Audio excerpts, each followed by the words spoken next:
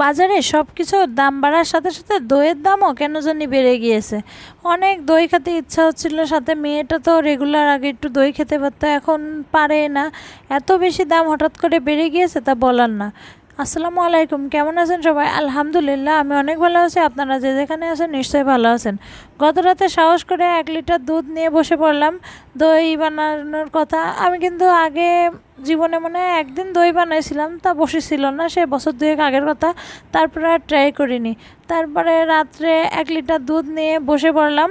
তার ভিতরে 1 পোয়া দুধ আপনার ভাইয়ারে খেতে জ্বালাই দিয়েছিলাম, আর বাকি 750 গ্রাম দিয়ে এই যে দইটা পেতেছি। আলহামদুলিল্লাহ সকালে ঘুম থেকে উঠে তো আমার মন খুবই ভালো যে দইটা পুরোপুরি পারফেক্ট হয়েছে।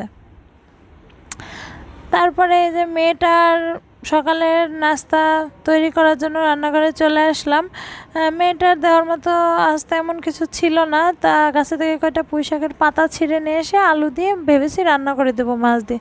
তা গরম তেল দিলাম, তেলের ভিতরে এই যে পেঁয়াজ বাটা, রসুন বাটা, একটুখানি জিরা বাটা, এটাই, আর এই যে লবণ দিলাম, হলুদ দিব, আর এর ভিতরে ঝাল দিব। ঝাল একটু চিড়েই দিই যাতে একটু গালে ঝাল ঝাল লাগে, খেতে ভালো লাগে সেজন্য।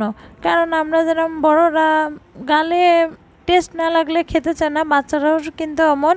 বাচ্চা মানুষ বলে আপনি যদি সেদ্ধ দিয়ে বা যে কোনো দিয়ে ঠাসেন, ও জীবনেও খাবে না। কারণ আপনার মুখে যদি স্বাধীন কোনো কিছু দেয়, আপনি কি খাবেন? খাবেন না। তাহলে ও বাচ্চা মানুষ, ও কেন খাবে বলেন তো? এটাই না, মানে বুঝতে চায় না আসলে মানুষ। মানুষ মনে করে না ও বাচ্চা মানুষ, ও সেদ্ধতা খাবে। কেন ভাই? আপনার জিভেই স্বাদ দরকার আছে, ওর জিভে কি স্বাদের দরকার নাই? এটুকু বোঝেন, সামান্য কমন সেন্স এটুকু নেই। আর বাচ্চাদের ধরে ধরে মারে, মানে এগুলো খুবই খারাপ লাগে যে খাওয়ার সময় বাচ্চাদের প্রচুর মারধর করে। খিদে লাগলে অবশ্যই সে খাবে, তার পেটে খিদে লাগলে খাবে।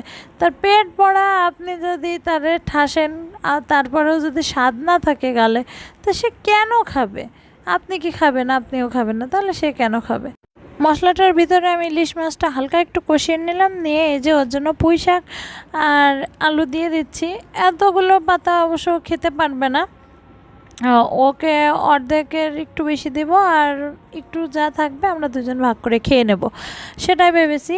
যাই হোক, পাতা একটু বেশি তোলা হয়ে গেছে, এখন কি আর করা, ফেলে তো আর দিতে পারি না। তো এই পুঁই শাকের পাতাটা ওই মশলা দিয়েই খুব ভালোভাবে আমি কষিয়ে নিচ্ছি যতটুকু সম্ভব।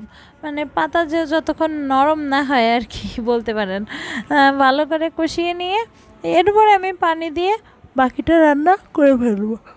আমি সবসময় চেষ্টা করি বাচ্চা মানুষ যাতে ও সব সময় পুষ্টিকর জিনিস বা স্বাদযুক্ত জিনিস, এই চেষ্টাটাই আমি করে থাকি সব সময়। তারপরেও মেয়েটা কখনো খেতে চায়, কখনো খেতে চায় না, এটা বাচ্চাদের স্বাভাবিক নেচার। কখনো দেখবেন ভর পেট খাবে, এত খাবে যে আপনার মন খুশি হয়ে যাবে। কখনো কখনো আছে যে ও খাবেই না, এরকম আমার হয়। তা ও নিয়ে আর মাথা ব্যথা করি না। টুকটাক সবসময় বিভিন্ন কাজকর্ম যখন করি, চেষ্টা করি ওর প্রতি একটু খেয়াল রাখার, যেহেতু ছোটো মানুষ, আরও দাদা দাদি তো এখানে থাকে না, সেহেতু কিছু করার নাই।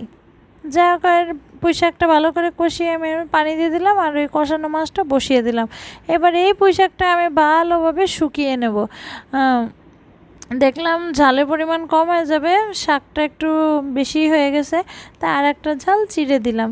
আর এবার এই যে এইটা আমি পুরো আলুগুলো কুচি কুচি করে দেব, মানে ম্যাশ করার মতো করবো যতটুকু করা যায় আর কি। আর আমি কিভাবে ঘরে সহজেই দইটা বানিয়ে নিলাম সেই রেসিপিটা যদি আপনারা দেখতে চান, প্লিজ কমেন্ট করে জানাবেন। আমার ভিডিওটা কেমন লাগছে সেটাও কমেন্ট করতে ভুলবেন না। আমি যদি কোনো ভুল ত্রুটি করে থাকি সেটা কিন্তু আপনারা ধরিয়ে দেবেন, তাহলে আমি শোধরানোর সবসময় চেষ্টা করব যে কীভাবে শোধরানো যায়। কারণ আমি অনেক কিছুই জানি না, বুঝি না, নতুন মানুষ। সো আপনারাই আমার পরিবার, আপনারাই আমাকে ভালোবাসা দিবেন, সেখান থেকে আসলে আমি সব কিছু শিখতে পারবো আস্তে আস্তে। তো আজকের মতো আমি বিদায় নিচ্ছি, দেখা হবে পরবর্তী ব্লগে। আসসালামু আলাইকুম।